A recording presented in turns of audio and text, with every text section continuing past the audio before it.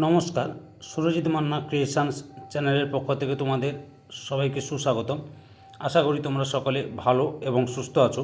আমি তোমাদের জন্য এই ভিডিওটিতে তুলে ধরছি 2026 সালের ক্লাস 6 তথা ষষ্ঠ শ্রেণীর ছাত্রছাত্রীদের জন্য রায় ও মার্টিন প্রশ্ন বিচিত্রা থেকে সেকেন্ড ইউনিট টেস্ট তথা দ্বিতীয় পর্যায়ক্রমিক মূল্যায়নের জন্য পরিবেশ ও বিজ্ঞান বিষয়ের 3 নম্বর মডেল স্কুলের প্রশ্নপত্রের সেটটির সম্পূর্ণ সমাধান করছি। তার আগে তোমাদের কাছে অনুরোধ, তোমরা ভিডিওটি না টেনে পুরোটা দেখো। ভিডিওটি কেমন লাগলো কমেন্ট করে জানিও।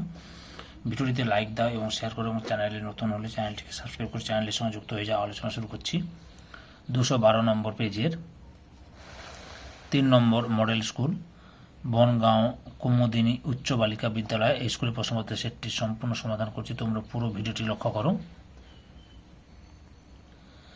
একে দাগে সঠিক উত্তরটি নির্বাচন করে বাক্যটি পুনরায় লেখো। প্রথমে রয়েছে প্রদত্ত কোন জীবাশ্ম জ্বালানি নয়। প্রদত্ত কোনটি জীবাশ্ম জ্বালানি নয়? অপশান এতে গোবর গ্যাস। 2 নম্বরে একটি আগ্নেয় শিলা হলো অপশান সিতে গ্রানাইট। 3 নম্বরে অ্যালুমিনিয়ামের আকরিক অপশান বিতে বক্সাইট। 4 নম্বরে তাপবিদ্যুৎ কেন্দ্রে অপশান সিতে কয়লা পুড়িয়ে তাপ পাওয়া যায়। 5 নম্বরে কোন বস্তুর ওজন আমরা অপশান এতে দাঁড়িপাল্লা পরিমাপ করি। 6 নম্বরে গড় সৌরদিনকে আমরা 24 দিয়ে ভাগ করে পাই অপশান বিতে 1 ঘন্টা। 7 নম্বরে কুয়ো থেকে জল তোলা হয় অপশান এতে টানা বল প্রয়োগ করে। 8 নম্বরে এসআইতে বলের একক অপশান বিতে নিউটন। 9 নম্বরে একই বল প্রযুক্ত হলে বলের প্রয়োগ ক্ষেত্রের ক্ষেত্রফল যত কমবে চাপ তত অপশান বিতে বাড়বে। 10 নম্বরে জলের গভীরতা বাড়লে জলের চাপ অপশান এতে বৃদ্ধি পাবে।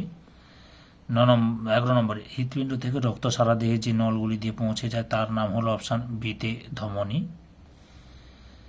12 নম্বরে রোগ প্রতিরোধকারী সকল উপাদানের প্রদত্ত কোন উপাদান দ্বারা মূলত তৈরি হয়? অপশান সিতে প্রোটিন। 2 এর দাগে শূন্যস্থান পূরণ করো। প্রথম রয়েছে পিতল তৈরি হয় তামা আর ড্যাশ দিয়ে দস্তা দিয়ে। 2 নম্বরে আলোর তীব্রতার একক ড্যাশ ক্যান্ডেলা। 3 নম্বরে ড্যাশ গুণিত ক্ষেত্রফল সমান বল চাপ। 3 দাগে সত্য বা মিথ্যা লেখো। 1 রয়েছে ঘর্ষণের ফলে বস্তুর ক্ষয় হয় সত্য। 2 নম্বরে ক্ষেত্রফল সমান দৈর্ঘ্য গুণিতক পরিসীমা মিথ্যা। 3 নম্বরে 1 কিলো পাস্কাল সমান 1000 পাস্কাল সত্য।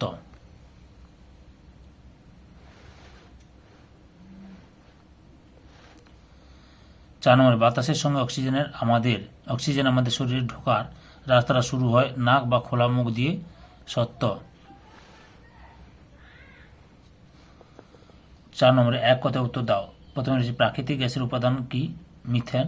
2 নম্বরে ট্রফিক লেভেল বলতে কি বোঝো? এই প্রশ্নের উত্তরটি তোমাদের রায়ার মার্টিনের সহায়ক বই থেকে দেখাচ্ছি, লক্ষ্য করো। ট্রফিক লেভেল বা পুষ্টি স্তর কাকে বলে? এই যে খাদ্য পিরামিডের একটি ধাপকে বলা হয় পুষ্টি স্তর বা ট্রফিক লেভেল। 3 নম্বরে একজন পূর্ণবয়স্ক মানুষের শরীরে কতগুলি হাড় বা অস্থি থাকে? 206টি হাড় থাকে। 5 দাগে সংক্ষিপ্ত উত্তর দাও। বিকল্প প্রশ্নগুলি লক্ষণীয়। প্রথমে যে জীবাশ্ম বলতে কি বোঝো? আমি তোমাদের রায়ান মার্টিনের সহায়ক বইতে প্রশ্নের উত্তরগুলি দেখাচ্ছি, লক্ষ্য করো তোমরা। যে জীবাশ্ম কাকে বলে এখান থেকে শুরু করে এতটা পর্যন্ত লিখবে। 2 নম্বরে রয়েছে পাললিক শিলা কয় প্রকার ও কি কি?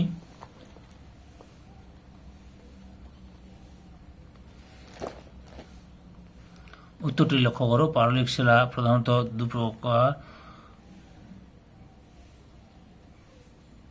উৎপত্তি গঠন অনুসারে এবং পলি উৎপত্তি অনুসারে। উৎপত্তি গঠন অনুসারে বা যান্ত্রিক উপায় করতে পাললিক শিলা, রাসায়নিক উপায় করতে পাললিক শিলা, জৈবিক উপায় করতে পাললিক শিলা। বা 3 প্রকার লিখবে, যান্ত্রিক উপায় গঠিত, রাসায়নিক উপায় করতে, জৈবিক উপায়, এই 3টে লিখবে। বুঝতে পেরেছ? বা ছকটা পুরোটা তুলে দিতে পারো। অথবাতে রয়েছে ম্যাগমা ও লাভার মধ্যে সম্পর্ক কি? উত্তরটি লক্ষ্য করো।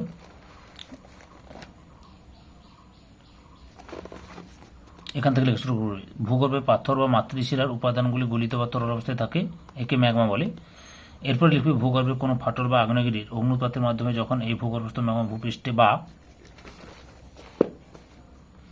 ভূত্বকে এসে পৌঁছায় তখন তাকে লাভা বলে। এতটা পর্যন্ত লিখবে। তারপরে রয়েছে 6 দাগের নিচের প্রশ্নগুলি যথাযথ উত্তর দাও। বিকল্প প্রশ্নগুলি লক্ষণীয়। প্রথমে হচ্ছে উদ্ভিদের বৃদ্ধি পরিমাপ করা হয় কোন যন্ত্রের সাহায্যে? অক্সানোমিটার যন্ত্রের সাহায্যে অক্সানোমিটার। বৃদ্ধির হার নির্ণয় করা হয় কিভাবে?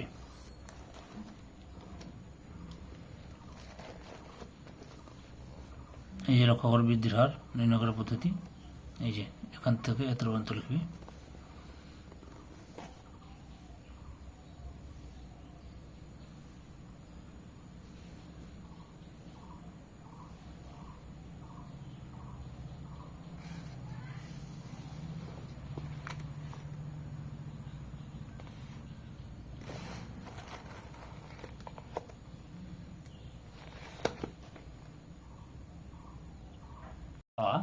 তোমরা এটাও উল্লেখ করতে পারো যে উপকরণ কি কি লাগে পরীক্ষা পদ্ধতি, এটাও দেখে এটাও লিখতে পারো। এটা রয়েছে তোমাদের 156 নম্বর পেজের 4-এর 2 নম্বর প্রশ্ন উত্তরটি লক্ষ্য করো। 4-এর দাগে 2 নম্বর প্রশ্ন উত্তরটি 2 নম্বর রয়েছে আয়তন বলতে কি বোঝো?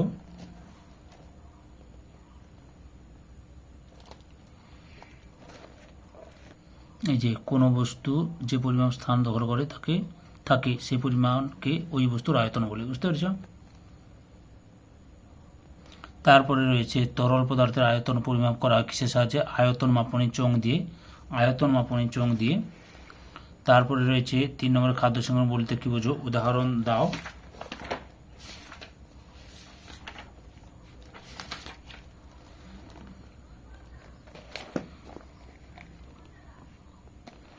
এই যে উত্তরটি লক্ষ্য করো, খাদ্য শৃঙ্খল কাকে বলে? এখান থেকে শুরু করে এতটা পর্যন্ত লিখবে এবং উদাহরণটা দেখো, এই যে উদাহরণ। অথবাতে রয়েছে লিন্ডেম্যানের 10% সূত্রটি লেখো। উত্তরটি দেখো, এই যে এখান থেকে শুরু করবে দিয়ে এতটা পর্যন্ত লিখবে। দুটি নবীকরণযোগ্য শক্তির নাম লেখো। বায়ু শক্তি, সৌরশক্তি। 4 দাগে পোড়া চুনে জল ঢালা হলো, তবলা বাজানো হলো, এই ক্ষেত্রগুলিতে কোন শক্তিতে রূপ বদলাচ্ছে? আচ্ছা, লক্ষ্য করো, পোড়া চুনে জল ঢালা হলো রাসায়নিক শক্তি থেকে তাপ শক্তি, তবলা বাজানো হলো যান্ত্রিক শক্তি থেকে শব্দ শক্তি, বায়ুর গতিশক্তিকে ব্যবহার করা যায় এমন একটি কাজের উদাহরণ দাও। পালতোলা জাহাজ চালানো। 5 দাগে একটি বিছানার উপরে চাদর টান করে বিছানানো আছে, ওই চাদরটিতে তুমি টান দিয়ে তুলে ফেলার চেষ্টা করলে দেখবে চাদরের কিছু অংশ বিছানার সঙ্গে লেগে থাকতে চাইছে, এর কারণ কি? উত্তরটি লক্ষ্য করো, দেখাচ্ছি।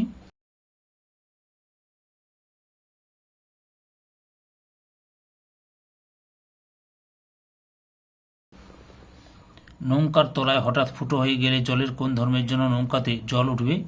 জলের সমোচ্চশীলতা ধর্মের জন্য। 6 দাগে বিজ্ঞানী বার্নৌলির নীতিটি কি?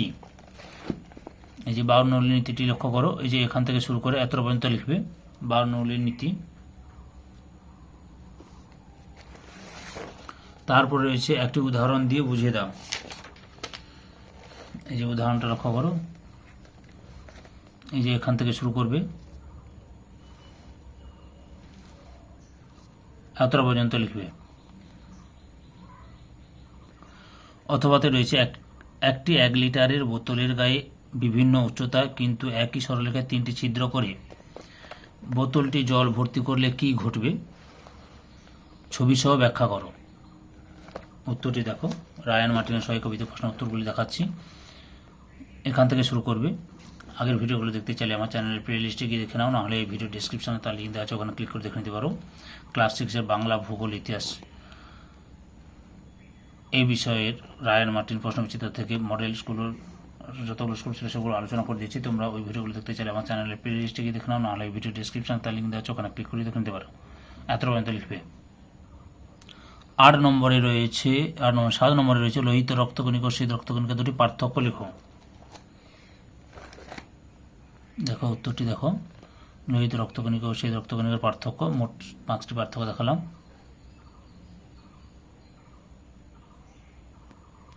তারপরে হচ্ছে অণুচক্রিকার কাজ কি? লক্ষ্য অণুচক্রিকার কাজ, এই যে এখান থেকে শুরু করে এতটা লিখবে। 8 দেখো ফুসফুসের সমস্যার দুটি লক্ষণ লেখো। এই দেখো ফুসফুসের সমস্যার লক্ষণগুলি লক্ষ্য করো।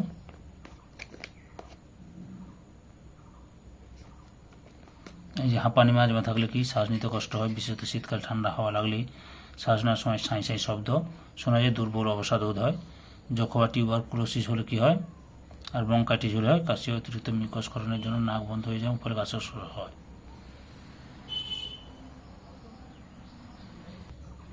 পরের প্রশ্ন হচ্ছে আমাদের শরীরে অচল অস্থিসন্ধি কোথায় দেখা যায়, মাথার খুলিতে।